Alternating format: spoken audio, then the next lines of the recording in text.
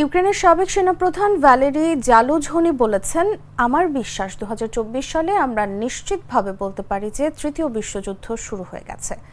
Ukraine যুদ্ধে রাশিয়ার মিত্রদের সরাসরি অংশগ্রহণের মাধ্যমেই তা এক প্রকার নিশ্চিত হয়েছে।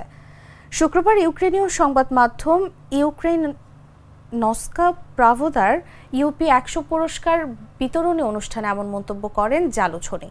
এমন এক সময়ে তিনি এই কথাগুলো বললেন, যার মাত্র কয়েকদিন আগে রাশিয়ায় মার্কিন ও ব্রিটিশ দূরপাল্লার ক্ষেপণাস্ত্র দিয়ে হামলা চালিয়েছে ইউক্রেন। জবাবে রাশিয়াও বিশ্বযুদ্ধের ইতিহাসে প্রথমবারের মতো আন্তঃমহাদেশীয় ক্ষেপণাস্ত্র দিয়ে ইউক্রেনে হামলা চালিয়েছে। এমন পরিস্থিতিতে জেনারেল জালুঝনি বলেন, 2024 সালে এসে ইউক্রেন শুধু রাশিয়াকেই মোকাবেলা করছে না, বরং তাদের মিত্র চীন, উত্তর কোরিয়া ও ইরানকেও মোকাবেলা করতে হচ্ছে। ইউক্রেনের বিরুদ্ধে এখন উত্তর কোরিয়ার সেনারাও যুদ্ধ করছেন। আবার ইরানি শাহেদ ড্রোন উন্মুক্তভাবে ইউক্রেনের সাধারণ মানুষ হত্যা করছে। উত্তর কোরিয়া ও চীনের অস্ত্র ইউক্রেনে আঘাত হানছে। মিত্রদের দ্রুত পদক্ষেপ নেওয়ার আহ্বান জানিয়ে জালুঝনি বলেন, আমাদের বাস্তবতা মেনে নেওয়া উচিত, এখনও এই যুদ্ধে ইতি টানা সম্ভব।